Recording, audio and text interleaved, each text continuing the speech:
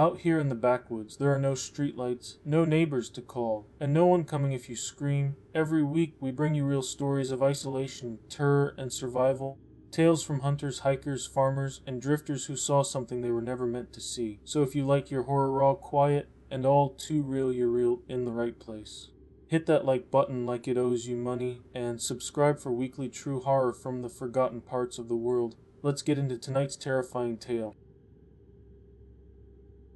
I dropped out of high school without so much as a second glance and never once considered the thought of pursuing college. The idea of a traditional life, one filled with structure and expectations, simply didn't appeal to me. Life seemed more interesting in the dark corners, where jobs appeared at strange hours and required an unassuming touch.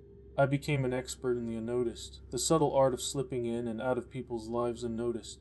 Whether it was picking locks for those who had locked themselves out, moving heavy furniture under the cover of darkness, or feeding the neighbor's dog for a quick buck, I became the go-to for the inconsequential and the ignored. But then, everything changed a few months ago. It was an offer that turned my world upside down, one I couldn't have imagined in my wildest dreams. Before anyone starts judging me for accepting such an eerie task, you need to understand one thing: the money. It was an amount I couldn't pass up, more than I'd ever thought possible. So, without hesitation, I agreed. The job itself was almost laughable in its simplicity. A man gave me an address and told me in no uncertain terms that he wanted me to follow him, stalk him. To be more precise, my job was to watch him for as long as I could without being detected. He would pay me hourly, and the hours were endless. I could follow him all day, all night. It was strange, sure, but it was exactly the kind of job I needed, money without complication. The address he gave me was Willow Ridge Drive, located in Overland Park, Kansas. The house itself was forgettable, almost comically average, a square box with a faded, light brown exterior and dark green shutters that almost seemed to merge with the hill it sat upon.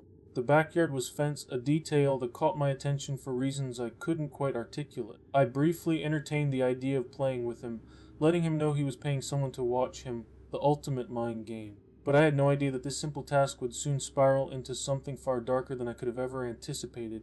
At first, I stuck to the plan. I was meticulous. I followed his routine like clockwork, sleeping when he slept, watching the lights flicker out each night and come back on each morning. I tailed his car wherever he went, noting the places he worked, always careful to keep a distance. Whenever I could, I'd slip into his backyard, sometimes sneaking in through unlocked doors when he was busy talking to his neighbors, just enough to unsettle him. I'd tamper with things, tweak the thermostat, change the TV channel, unmake his bed, all without leaving a trace, just enough to make him question his sanity. One time, I even sent him mini muffins with a note claiming they were from his secret admirer. It worked. He didn't like it, not at all, but that was the point. He was getting unnerved, and that meant more money in my pocket. The more I rattled him, the more he'd pay. But then something shifted. He stopped being scared and started playing the game right alongside me. His blinds were drawn shut at all times. New locks were installed on his doors. Cameras appeared, securing his front and backyards. It was clear that I was no longer the unseen one. The tables had turned. One night he even called the cops on me. They found me in, and for a moment I thought I was done for. But they let me go with a warning. If they found me anywhere near his house again, I'd face serious charges. Harassment, stalking, and a slew of other offenses that could cost me years in prison, not just an evening in jail. To most people that would be a wake-up call, but to me it was just another sign. More money to be made. If he was paying to get rid of me now, just imagine how much he'd pay if I pushed even further. So, I did the only thing I could do. I called him. I sat outside his house, parked across the street, watching his front door as I waited for him to pick up the phone. When he did, it was almost immediate. "Wow," he said, his voice dripping with amusement. "I have to give you credit.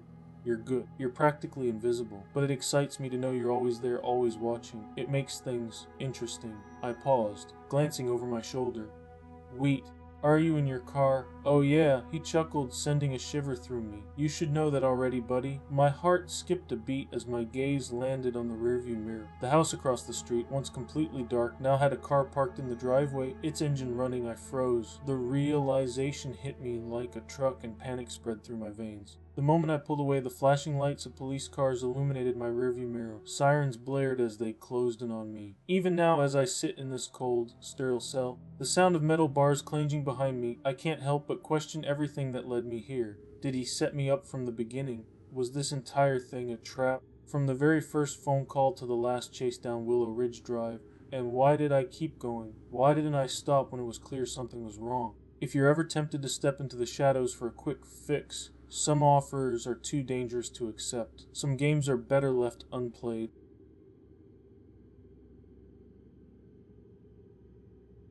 This story begins nearly 20 years ago in the rural town of Cedar Ridge, Indiana. I grew up on a sprawling farm about an hour outside Indianapolis, and on weekends I'd visit my dad. His place was isolated, surrounded by open fields and dense, untamed forests. I have fond memories of hunting and working the land with him, breathing in the fresh country air. The peacefulness felt like paradise. But there was something off, something lurking just beneath the surface. I'll never forget the first time I saw it. I was sick with the flu that day, feverish and barely able to get out of bed. My dad had just left for his night shift and yelled, "Jet those chickens put up, Ethan." He owned a small flock, mostly for eggs but sometimes dinner. I was too young to help with much else on the farm, but I always enjoyed chasing the chickens. I thought it was funny how fast they could run, and I was too distracted by my illness to notice anything strange. A few hours later, feeling a bit better, I dragged myself outside. The sun was setting, the cool evening air stinging my sinuses. I made my way to the chicken coop to round up the birds for the night. After shutting the door behind me, I looked out over the fields. A storm was rolling in from the distance. Lightning cracked, lighting up the vast landscape. I couldn't help but be mesmerized by the raw beauty of it all. But the storm wasn't just weather. It was a harbinger of something much worse. In one flash of lightning I saw it. At first I thought it was a trick of the light, but then I realized it was moving fast. A figure twisted and grotesque, tearing across the field. Its skin was so pale it almost glowed, giving off a faint bluish hue under the moonlight. Its body was contorted, unnaturally elongated, limbs twisted at impossible angles. One leg was far longer than the other, and its arms were thin and claw-like, drawn close to its body. Its hands dangled loosely, the fingers far too long. The thing was gliding across the field, moving at a speed I couldn't comprehend. Fear gripped me as it drew closer with each lightning strike. It was faster than anything I had ever seen, its body twitching and jerking as it moved. But what struck me the most was the silence. There were no footfalls, no rustling of grass, just pure eerie quiet. It moved like a shadow, slipping past the landscape without a sound, as if the world itself was too afraid to acknowledge its presence. Then, as quickly as it had appeared, it vanished, disappearing into the woods. The air felt heavy, still, as if the very atmosphere was holding its breath. I ran inside, shaking, crying, and babbling incoherently. My dad's girlfriend, Laura, was sitting in the living room. She tried to calm me down, but all I could think about was what I had seen. I spent the rest of the night on the couch, my mind racing. I remember watching runs on TV, trying to distract myself, but the image of that thing haunted me. For months after that night, my visits to my dad's house became something I dreaded. I feared seeing that creature again, but as time passed, I began to wonder if it had all been a hallucination, a product of my fevered mind. Then, a few years later, I was in high school, and things had mostly returned to normal. Cedar Ridge had become a place of summer bonfires, cookouts, and football games with friends. I had almost forgotten about that terrifying night, one summer weekend. I invited a group of friends over: Alex, Brian, Chris, and Jack. We were excited for the weekend, and after a fun day of hanging out, we started a fire. As night fell, we began to wind down, and Brian and Jack were feeding hay to Max, the old horse on my dad's property. Max had grown ancient and barely moved anymore. He shuffled around the pen, looking half dead. But tonight, something was different. Max was acting strange. His head tossed around, snorting more than usual. "Alright, enough with the horse, ladies," Alex shouted, kicking dirt onto the fire. "Let's play flashlight tag." He was the most energetic, always up for games. We agreed and soon scattered across the yard, hiding in the darkness. I found a pile of old logs near the edge of the property, a perfect hiding spot. I crouched low, trying to blend into the shadows as the game began. As I waited, I heard Max let out a strange cry, something I'd never heard before. It startled me, and I knocked a few logs loose. The sound alerted Alex, the seeker, and his flashlight beam swung in my direction. I was caught. "Gotcha!" Alex shouted, and I groaned, heading toward the porch. As I walked past Max's pen, I noticed the horse was acting even more agitated, stumping and whinnying frantically. Something felt wrong. We continued the game, but as it went on, Max grew louder and more frantic. His calls filled the air, echoing in the dark. Then, suddenly, Matt yelled, "Guz, we need to stop, seriously. I'm not kidding." At first, we laughed, but there was an edge of panic in his voice. "I saw something," Matt said, his voice trembling. It looked like a person, but pale, no hair, just wrong. A chill ran down my spine. The memory of that night from years ago flooded back. Had the creature returned? "Where's Jack?" Chris asked, his voice nervous. We all turned to find that Jack was gone. Panic spread like wildfire, and we started calling his name. I rushed to the far end of the property, and that's when I heard it, Jack's voice. But something was wrong. It was distorted, like static coming from all directions. I turned trying to pinpoint where it was coming from. Jack, I called, but the voice repeated itself, an eerie echo. And then, through the trees, standing in the clearing just beyond the woods, was the figure. Its pale skin gleamed in the moonlight, and its limbs were twisted grotesquely. Its face was blank, no eyes, no nose, just a wide, grinning mouth full of jagged teeth. It was staring at me, its mouth opening to whisper in that distorted voice, "Gotcha." I froze in place, unable to move. The thing's gaze locked onto me as it began to move, jerking its limbs in unnatural rhythm. Then, with a bone-chilling screech, it darted into the woods, moving so fast and silently that I could barely comprehend it. I didn't hesitate. I ran for the house, my heart racing. Max was in full panic, galloping in circles, as if he knew something terrible was happening. When I reached the porch, the others were already there, waiting anxiously. We never found Jack. A search party scoured the property, but after days of searching, there was no trace of him. I don't know what happened to him, but I'm certain that thing took him. To this day, I feel guilty. I think about Jack's last moments often, wondering if there was anything I could have done. I never went back to Cedar Ridge after that. My dad sold the property, and I never returned. Now, years later, I carry the weight of that night with me. Cedar Ridge isn't just a place. It's a memory that haunts me every time I close my eyes. The town, the fields, the forest, they're a part of my nightmares. If you ever find yourself in the rural outskirts of Indiana, beware the shadows that stretch too long. There are things in those woods, things that don't belong to this world, and sometimes those things, they come for you. So, to anyone brave enough to venture where the silence is broken only by the wind and footsteps you can never seem to catch, remember this: some stories are better left untold. Some places should stay forgotten, and if you ever hear your name whispered on the breeze, don't look too long. Stay safe, my friends. Always keep an eye on the shadows.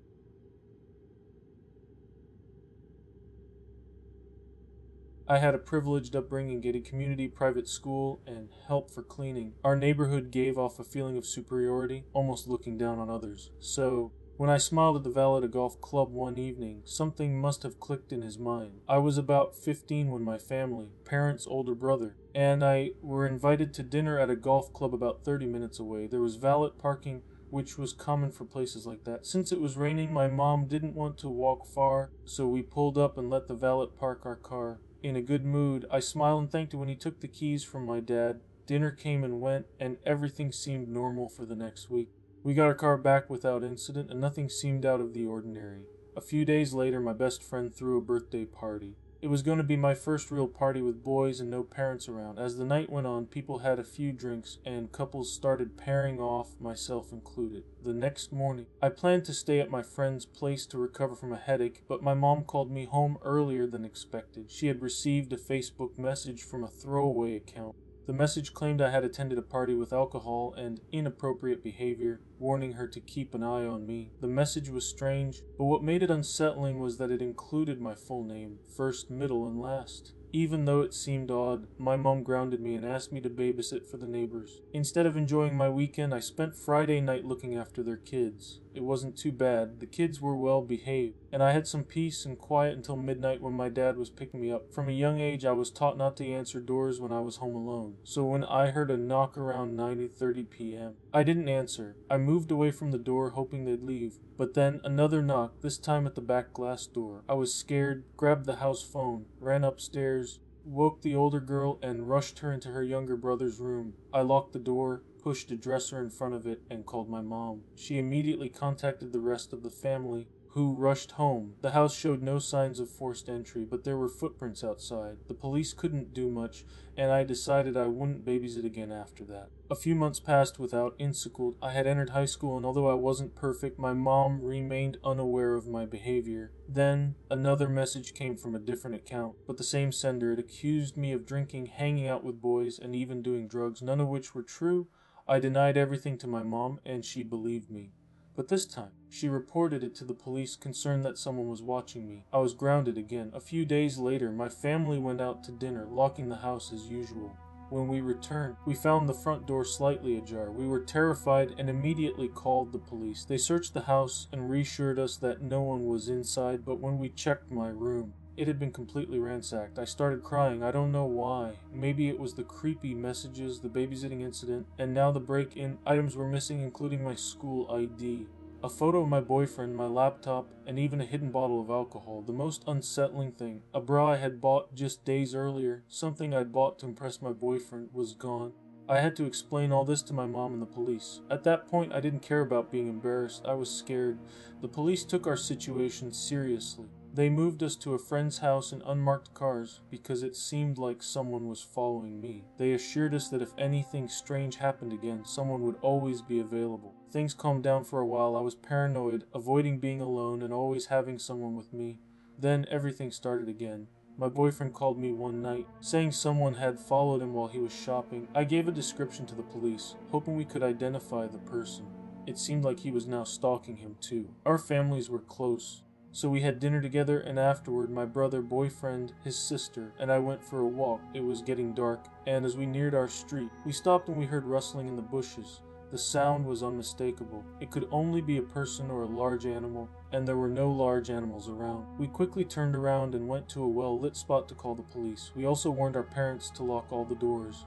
The police arrived quickly and things escalated fast.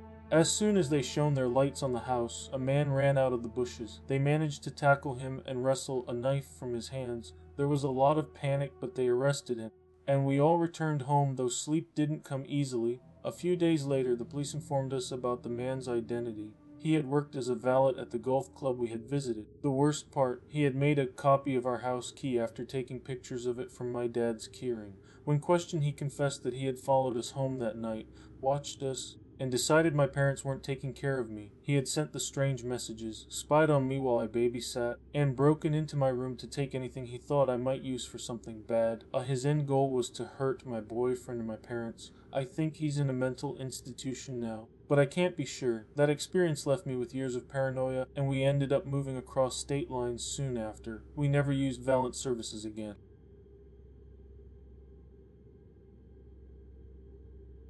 To be honest, I've been avoiding writing this for far too long, but I can't ignore it anymore. I kept hoping it would fade away, that one day I'd wake up and realize it was just a bad dream. But things don't always work out that way. October 2020 felt like a heavy weight on my chest. Between prepping for Comic Con and trying to keep my sanity, I felt like I was sinking. My world was consumed by sewing, gluing, and painting. Every minute was dedicated to these tasks, except for the growing sense of unease that followed me everywhere. It's strange how distractions can block out reality, but it always catches up with you in the end. As the end of the month neared, the stress didn't just come from the costume preparation. My mind wandered to darker places, though I couldn't figure out why. I double-checked my bag, making sure I had the right shoes and accessories. I wanted to feel excited for the con, but all I felt was anxiety. Following my friend's suggestion, I posted on social media to hype up my excitement, even though fear weighed heavier on me than anticipation. The last con had been overwhelming, people asking for pictures nonstop. It was exciting but also terrifying, and I felt totally unprepared. This time, I told myself I'd be ready. I had to be. Then, I got a message from someone I barely knew, mutual on Instagram. They asked the usual things when I'd be at the con, what I was cosplaying as, and oddly enough, where I was staying. I brushed it off. People ask about hotel arrangements all the time. Maybe they just wanted to meet up or share a cab. I gave a vague reply.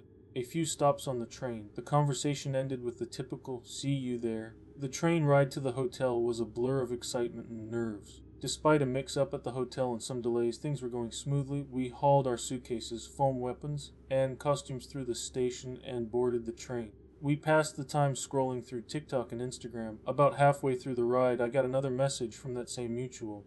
It simply read, "I've left for the hotel. Excited to see you." I responded casually, "Excited to see you too," and tucked my phone back into my pocket. The train screeched to a halt. The doors opened with a gust of cold air, and we shuffled through the crowd onto the platform. The evening chill hit me hard, and I regretted not packing a thicker coat. The station lights flickered overhead, casting an unnatural glow that made everything feel off. We sat on a bench, phones in hand, trying to figure out which platform to go to. It wasn't easy. We debated between platform 1, 3, or 7, but nothing seemed to match. Eventually, we decided to ask at the information desk. As I walked over to ask for directions, my phone buzzed in my pocket. Assuming it was just a notification, I ignored it for a moment. I silenced it and slipped it back into my pocket, too tired to deal with it. The attendant pointed us in the right direction, and we rushed to the tracks, pulling our bags along. The elevator ride down felt far too long, too quiet. "Is that your phone?" my friend asked, noticing the buzzing. I looked at her confused and pulled my phone out. It was vibrating constantly. I checked the screen and saw dozens of Instagram notifications. Before I could read them, the elevator doors opened, and we hurried across the bridge to the platform. We barely made it onto the train, and once inside, it was eerily empty. Just the two of us. A strange sense of relief washed over me. As the train started moving, I unlocked my phone and froze. 88 messages, all from the same mutual. I had never met this person in real life. We'd exchanged a few messages about cosplay and shared interests, but that was it. Nothing more. I began scrolling through the messages, reading them aloud to my friend, my stomach sinking with every word. At first they seemed harmless. "Hey, how's it going? Hey, have you left yet? What time are you getting to the con?" But then the tone shifted. The messages became more insistent. "Why didn't you tell me what station you were at? I could given you directions." "You didn't have to ask the ticket lady." A cold shiver ran down my spine. Something was off. I kept scrolling and the messages grew darker, angrier. They demanded to know where I was staying, why I hadn't mentioned the hotel, and how we were getting there. It felt like they were tracking me. My friend's face drained of color. She moved closer, reading over my shoulder. I closed the app and turned on my VPN, my hands trembling. Neither of us spoke for the rest of the ride, too uneasy to break the silence. When we arrived at the hotel, I hoped the worst was behind us. We checked in, grabbed our room keys, and hurried to the safety of our hotel room. We unpacked, got dressed, and finally had a moment to relax. I pulled out my phone to check Instagram. As soon as it connected to the Wi-Fi, my phone buzzed again. A new message. "I would appreciate it if you didn't share my messages with your friend." And my blood ran cold. They knew. They knew I'd read the messages aloud. How? I scanned the room nervously. Had they followed us here? Without hesitation, I blocked the account. The night passed uneventfully, but the unease never fully left. The next morning, I woke up early. My phone rang as I stepped out of the bathroom. A known caller. I rang again. Another unknown number. I rejected it. Then it rang once more. I answered, heart racing. A raspy, hesitant voice came through. "Hello, sorry to bother you. How are you? Who is this?" I demanded, trying to stay calm. There was a pause. Then the voice calmly said my Instagram handle. My heart sank. "How did you?" Before I could finish, they asked again. "You still there? Leave me alone." I whispered, hanging up the phone. I set my phone to block anyone not in my contacts. Later, I told my friend about the call. Her face turned pale, and she offered to stay in, but I didn't want to ruin the trip. I'd spent too much on the tickets. We enjoyed the con, trying to push everything out of our minds. But when we returned to the hotel that evening, I saw something that made my skin crawl. Blurry, grainy photo of the two of us, taken from behind on the train. It was tagged with our names. We reported the post, blocked the account, and promised each other we'd stay alert the next day. The next evening we received another message, another photo. Same train, same unnerving feeling. The account was blocked again, but the fear lingered. "After all," my friend whispered as we locked door for the night, "you don't know what this person, or these people, are capable of."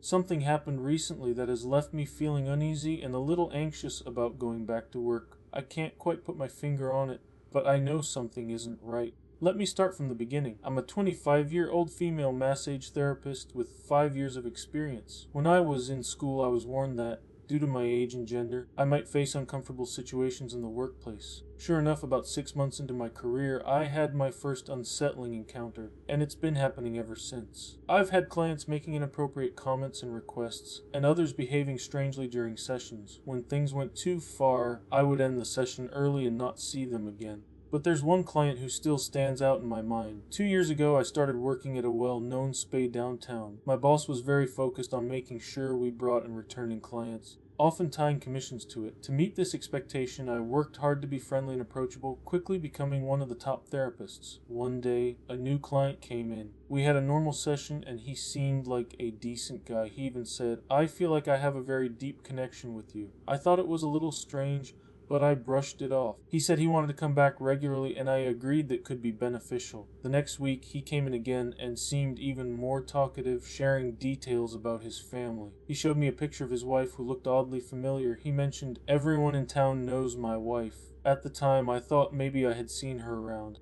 Later, it clicked that the woman in the photo was actually an actress, not his wife. I started to wonder about the rest of his story. By his third visit, things started to get a little odd. He began making strange comments like, "I know I'm not going to heaven, but at least I'll know what it's like to be touched by an angel, and your hands are so gentle. While it wasn't outright harassment, it made me uncomfortable. I finished the session, but he rebooked for the next week. By his fourth visit, the comments were even more unsettling. He asked if I'd be willing to go on a date with his teenage son. I laughed it off and quickly ended the session. It felt wrong, and I didn't want to deal with it anymore. A few days later, I found out that he and his son had been trying to schedule sessions with me when I wasn't available, or when I was busy with other clients. I felt uneasy, so I confided in the receptionist. She agreed that his behavior was strange, and we decided to talk to my boss. Unfortunately, he dismissed it, saying the client was just being overly friendly and that he brought a lot of business to the spa. I continued seeing him, though it was increasingly uncomfortable. After one session, he asked what I was doing that evening. I told him I was staying home. Later, when I left work, I saw him sitting across the street. We made eye contact, and he got up and walked toward me. He asked if I wanted to join him for a drink, but I told him I was heading home. He looked disappointed, which made me feel uneasy, and I quickly went to my car. The following week, he came in again. He was aware that I was learning a new massage technique, which involved walking on a client's back. He insisted that I practice it on him. During the session, he said something deeply disturbing that crossed a line. I froze, feeling uncomfortable. He apologized afterward, but then became upset and called me rude for not taking it as a compliment. That was the final straw. I asked him to leave and told him not to book with me again. For the next month, I would occasionally see him sitting on that bench across the street watching. I was scared and decided to quit my job for the sake of my mental health. It's been 2 years since I last saw or heard from him, but I still think about it occasionally. It's always in the back of my mind. After quitting, I started my own business just down the road. It's usually just me or one other person working there.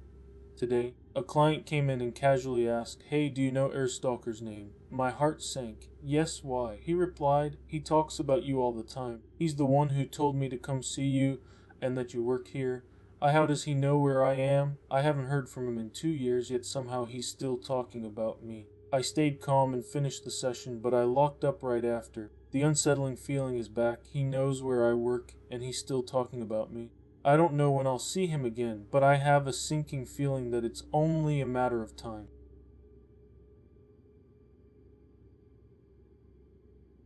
It was supposed to be a simple business trip. A small team of 5 from our marketing department was flying out to pitch a new campaign to a potential client in a city none of us had ever been to before. The client was paying for everything, the flights, the hotel, even the per diems. We joked on the plane that maybe we'd end up in some airport motel with flickering lights and vending machine dinners. Instead, we were booked into the Solar, a 5-star hotel that looked like it belonged in a historical drama or some billionaire's fantasy. The lobby was palatial, polished marble floors so clean they reflected our footsteps, walls paneled in dark cherry wood, and a grand staircase that split into 2 curling wings like something out of a ballroom scene. Dozens of towering crystal chandeliers floated overhead, catching the golden ambient lighting and fracturing it into a cascade of glittering reflections. There was even a library tucked just off the main lobby, full of antique books and plush leather chairs, and further back a lounge room with floor-to-ceiling windows overlooked a private courtyard garden lit by warm lanterns. I remember thinking it was too much, too elegant, too quiet. My room was on the 8th floor, the last one at the end of a long, almost eerily silent hallway. The carpet was thick, embroidered with some kind of faded rose pattern, and it swallowed the sound of my footsteps. There were paintings along the corridor, elegant portraits of guests and founders, maybe, but their eyes always seemed to follow you just a little too long. My room itself was stunning. King-sized bed with a velvet headboard, a chaise lounge near the windows that overlooked the city skyline, and a bathroom that looked like some from a celebrity mansion. Black granite counters, a freestanding claw foot tub, a rainfall shower with 2 shower heads, and a mirror framed in gold leaf. I should have felt like royalty, but something about it all felt wrong, not in an obvious way. More like a persistent itch in the back of your mind. Maybe it was the sheer scale of the space, or maybe the fact that it was the first time I'd traveled without my husband since we got married. We'd been through a rough patch recently. Work stress, family stuff. It had created this silent wedge between us. Being apart for the first time in months made that silence feel louder. The first night passed uneventfully. I unpacked, video called my husband, watched something light on TV to unwind, and eventually fell asleep, though the darkness of the room felt too still, like the air wasn't moving at all. On the second night, after a long day of back-to-back presentations, our team decided to relax at the hotel's bar. It was down on the ground floor, tucked behind the main staircase and past the library. The place looked like it had been lifted straight out of the 1940s, rich mahogany panels, brass fixtures, and shelves of liquor displayed like precious artifacts behind glass. A jazz trio played in the corner near the fireplace, and soft laughter drifted from the couples seated in velvet booths. It was cozy, safe even. I ordered a glass of red wine and sat with two coworkers near the back, swapping stories and laughing at some mishap with a projector earlier in the day. That's when I saw him. He was at the far end of the bar, just watching. Tall, sharp features, clean shaven with calm dark hair and eyes that didn't blink enough. He wore a charcoal suit, no tie, and he never once touched the drink in front of him. He wasn't talking to anyone, just staring at a man. When our eyes met, I expected him to look away. Most people would. Instead, he leaned forward slightly, as if that would somehow close the distance between us. I felt the air shift, my skin go cold. I turned back to my coworkers and tried to pretend I hadn't noticed. But even as we kept talking, I could feel it, that low-grade electricity crawling up my spine. A short while later, I realized he was gone from the bar stool. Then he was standing right behind me. He leaned in too close and asked if he could buy me a drink. I smiled politely and declined, casually slipping in that I was married. He didn't blink, just smirked and said, "So am I? Doesn't mean we can't enjoy a few private moments." I laughed awkwardly, trying not to escalate things. "Yeah, no thanks," I said, and turned away. But his tone shifted. No longer flirty, just flat. He said, "You'll change your mind." Then he walked off, disappearing toward the hallway that led deeper into the hotel. I didn't enjoy the rest of the night. Eventually, I made my way back to my room, checking behind me more times than I'd like to admit. I turned every light on once I got inside, locked the door, bolted it, and even wedged the armchair under the knob for good measure. I tried to tell myself I was overreacting. People get hit on all the time. It was creepy, sure, but maybe not dangerous. Around midnight, I slipped into a bath to calm down. The water was warm, and I could almost convince myself I'd imagined the whole thing. I got into bed, left the TV on for white noise, and finally started drifting off. Then came the knock. Soft, polite. One knock followed by silence. I froze. I hadn't ordered anything. My phone was on the nightstand. I hadn't called for help. Heart hammering, I crept to the door and looked through the peephole. It was him. He stood with his hands clasped behind his back like he was waiting for a dinner invitation. Same suit, same blank expression. The hallway light cast shadows under his eyes, making them look hollow. He said nothing, just stared at the door. I didn't speak. I didn't move. Eventually, I saw him tilt his head as if listening. Then he reached out and slowly tried the doorknob. That was enough. I backed away and dialed the front desk with shaking hands. "Someone's trying to get into my room," I whispered. They said they'd send security. I stayed on the line. After a long minute, I looked again. He was gone. But the night wasn't over. Around 3 a.m., I heard a sound that's etched into my brain to this day, the soft click, click, click of metal against metal. I sat up in bed, heart pounding. It wasn't just a jiggle. Someone was trying a keys. Like they had access, I grabbed the floor lamp, the heaviest thing within reach, and stood by the door, breath shallow. The clicking stopped. Then the latch snicked. The door creaked open an inch. I screamed and swung the lamp. It hit something solid. There was a groan of pain. The door slammed shut again, and I threw the deadbolt, locked the chain, shoved the armchair back into place. Security came minutes later. They searched the floor. Nothing. The hotel manager met with me the next morning, apologized profusely, promised to review the security footage and speak to local authorities. They offered to cut my stay and move me to another room. I declined. I packed my things and flew home that afternoon. I never learned who he was, whether he worked at the hotel, broke in from outside, or had a room of his own nearby. There was no follow-up from the hotel, no police call, just silence. Now, whenever I travel for work, I request hotels with visible security and never take rooms at the end of a hallway, and I never open the door without checking first.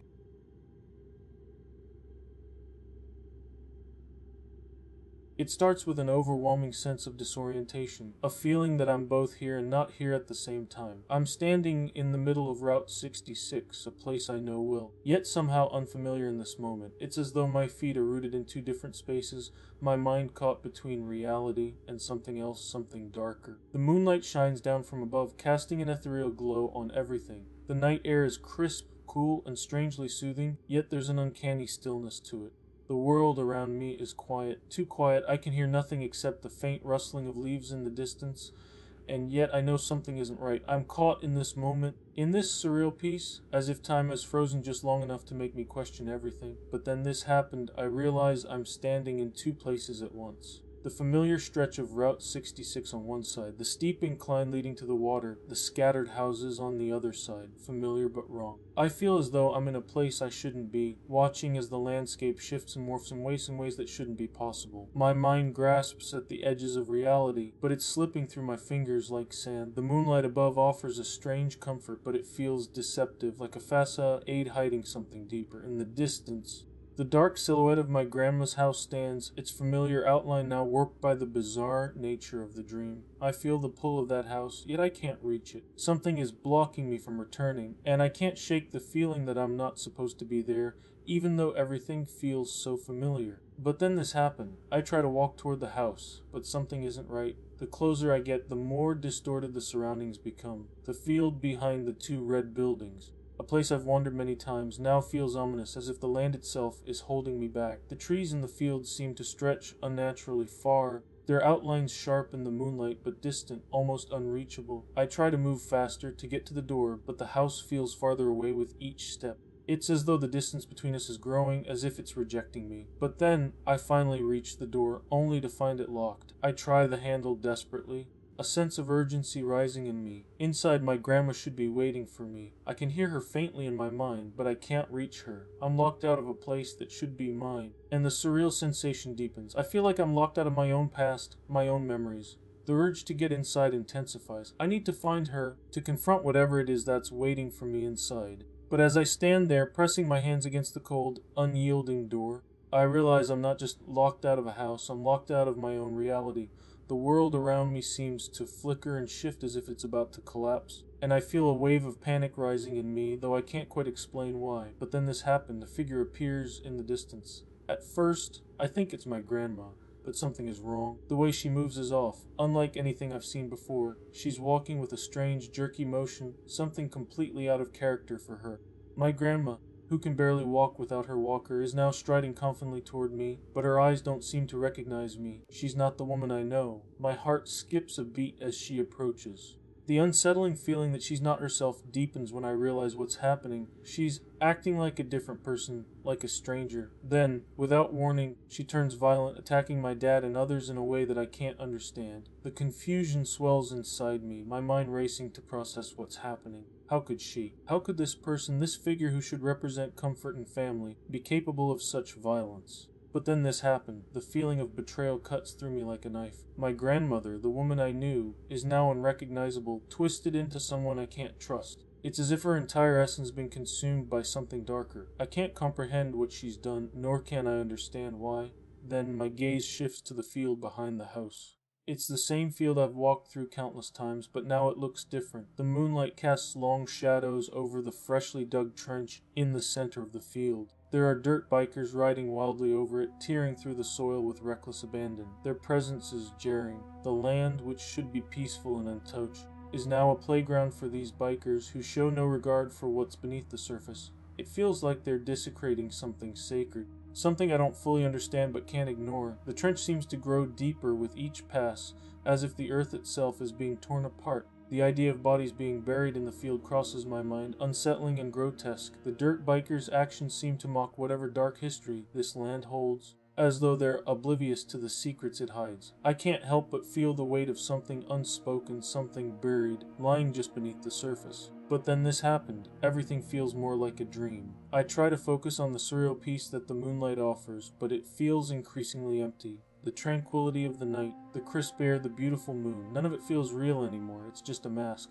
The more I look at it, the more I realize that everything here is a reflection of my own emotional turmoil. The surreal landscape mirrors the chaos inside me, a battle between grief and confusion, between reality and illusion. I feel a profound sadness, an overwhelming sense of loss that I can't escape. In the dream, I'm forced to confront the death of my father, but I can't mourn him properly. Instead, I'm trapped in a world that doesn't make sense, surrounded by violence and confusion. The dream doesn't allow me the comfort of closure. It only deepens the wound, making it impossible to escape. But then this happened. The flashlights and four-wheelers appear in the distance. They cut through the stillness of the night like a warning, a reminder that something is out of place, that I can't trust the peace I'm experiencing. As the dream begins to fade, I'm left standing there, in the midst of Route 66, caught between two worlds. The moonlight, the tranquil air, the distant house, they all blur together into one overwhelming, surreal scene. The peace feels unreal, like it's only a fleeting moment in time before everything falls apart. But there's no escape. I'm trapped between the fading illusion of peace and the undeniable weight of grief and loss. But then this happened. I realize now that this dream was never about Route 66 or the house. It was about me, about my struggle with grief, with understanding the past, and with confronting the truths I've avoided. The surreal landscape of the dream, the eerie moonlight, and the unsettling characters, all of it was a reflection of my inner conflict. A battle between accepting what is and trying to control what can't be undone. And as the dream fades into nothingness, I wake, feeling as though I've left part of myself behind in that surreal world. The peace was an illusion, but the questions it raised will linger long after.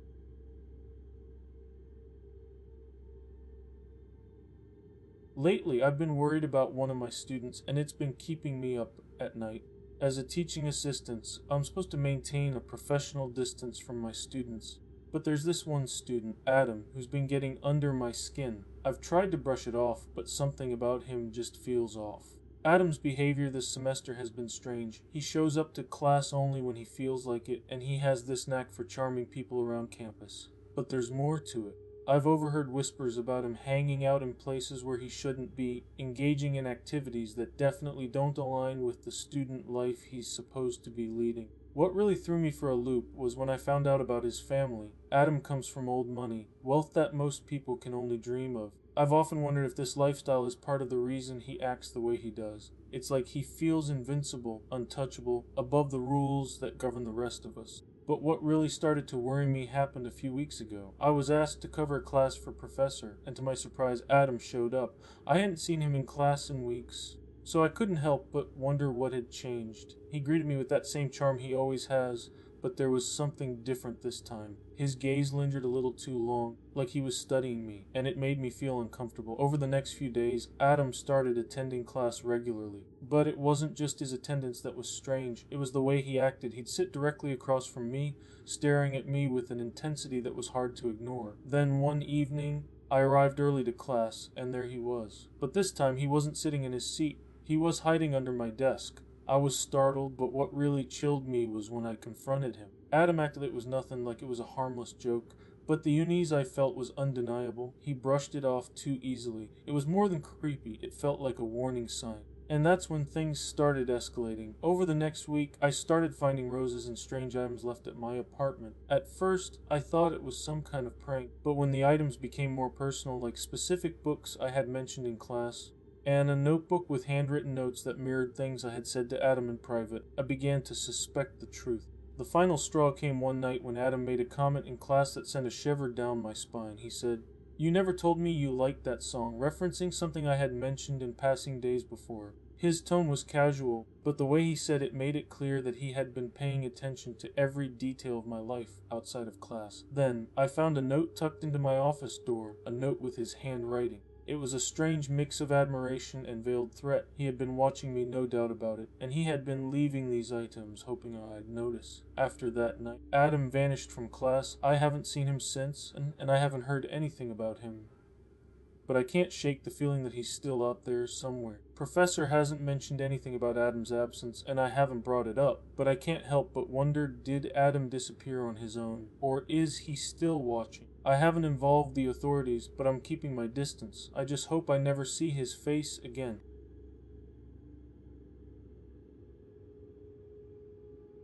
I grew up in a rough neighborhood, the kind of place where even as a kid, you learned which streets to avoid and which strangers not to make eye contact with. Safety wasn't something we had, it was something we dreamed about. So when I married Lucas, a kind, soft-spoken man with a good job, and we moved into a quiet, tree-lined suburb, I held onto that safety like a lifeline. We built a life together. Our daughter Marina was born a year later, and our son Caleb followed soon after. From the outside, it looked like a postcard.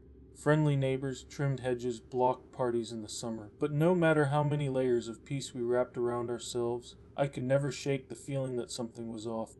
Like the calm was just a cover and the wrong thing could still slip through the cracks. I just didn't expect it to show up wearing a bunny suit.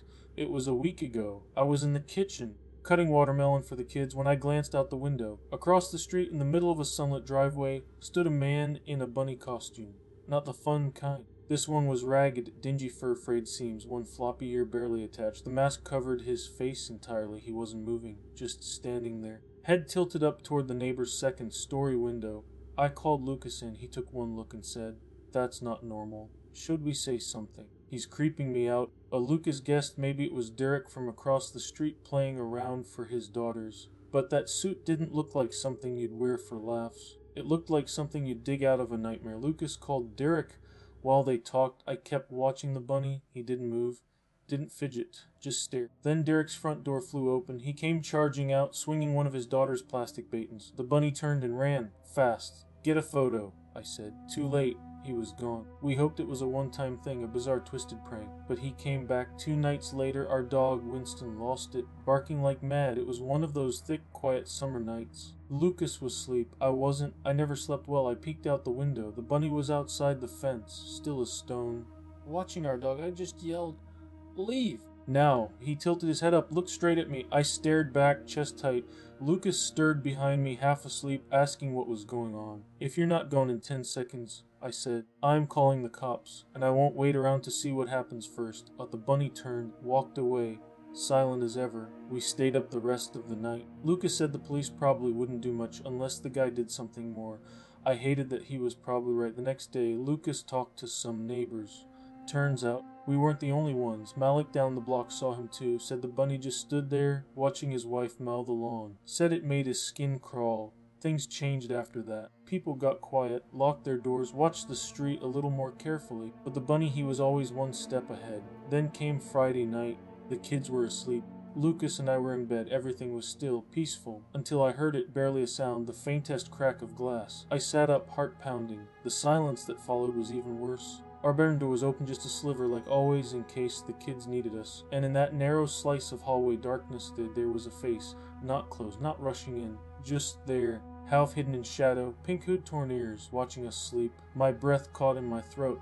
That's when I realized this wasn't someone playing dress up. This wasn't a joke. He'd been waiting, watching, just for the moment we stopped watching him. That's when I realized this wasn't someone playing dress up. This wasn't a joke. He'd been waiting, watching, just for the moment we stopped watching him. And the worst part, we never saw him leave. No footprints, no broken glass. Nothing but the silence he left behind, thick and heavy, like the air before a storm. Since that night, I sleep with the lights on. Lucas installed cameras. We double check every window, every lock. But deep down, I know it's not enough. Because once something like that finds its way in, it doesn't need to break back through.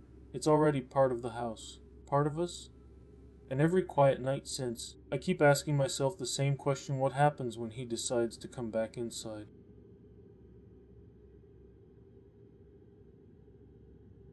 This wasn't supposed to happen. I'm just a stay-at-home mom living a normal life. I don't live in some eerie mansion or isolated house, just a peaceful suburban neighborhood. There's even an elementary school just down the block, so how did I end up in the middle of something that feels like a nightmare?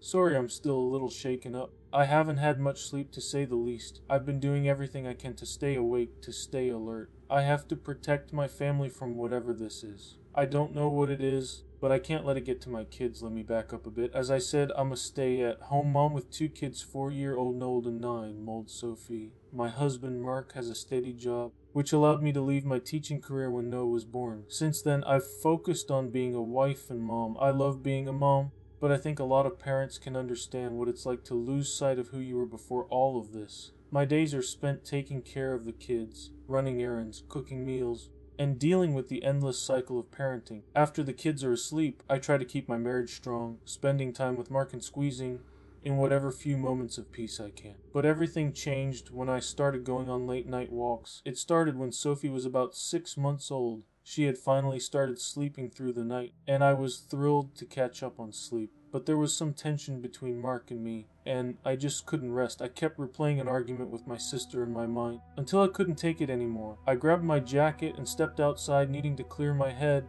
I walked down the driveway, through the quiet neighborhood, letting the frustration drain away as I walked. The night was calm, warm with a light breeze, and a strange sense of peace settled over me. It was the first time in ages I'd done anything for myself. The stillness of the night felt like a small act of rebellion, a break from the demands of my daily life. The more I walked, the more I enjoyed the solitude. It felt like I was reconnecting with the part of me that had been buried beneath the endless responsibilities of motherhood.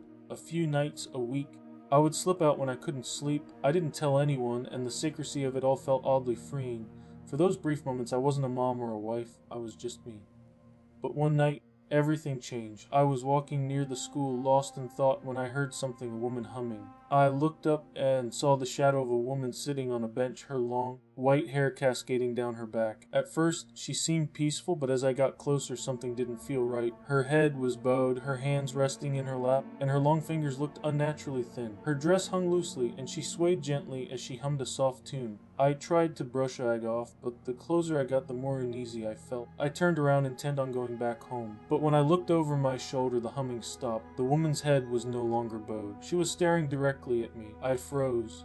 And then she stood up, her movements quick and unnatural. She wasn't sitting anymore. She was much closer now, standing just in front of the bench, her slender frame looming over me. And that's when I saw it, her face. Or rather, the lack of one. It was smooth blank, as if her skin had been stretched over her skull. A cold shiver ran down my spine. My heart raced as she raised her arm and pointed directly at me. A strange, low rumble filled the air, coming from her mouth, or what should have been her mouth. Without thinking, I ran. I didn't stop until I reached my street, my heart pounding in my chest. But just as I rounded the corner, something in the shadows caught my eye. Two figures. One small, one tall. The tall woman was holding something in her arms. My blood ran cold as the realization hit me. It was her, and she had my children. In that instant, all the fear I had felt turned into pure, intense determination. She thought she could take my kids. I wasn't going to let that happen. I ran toward her, a scream building in my chest, ready to do whatever it took to protect my family.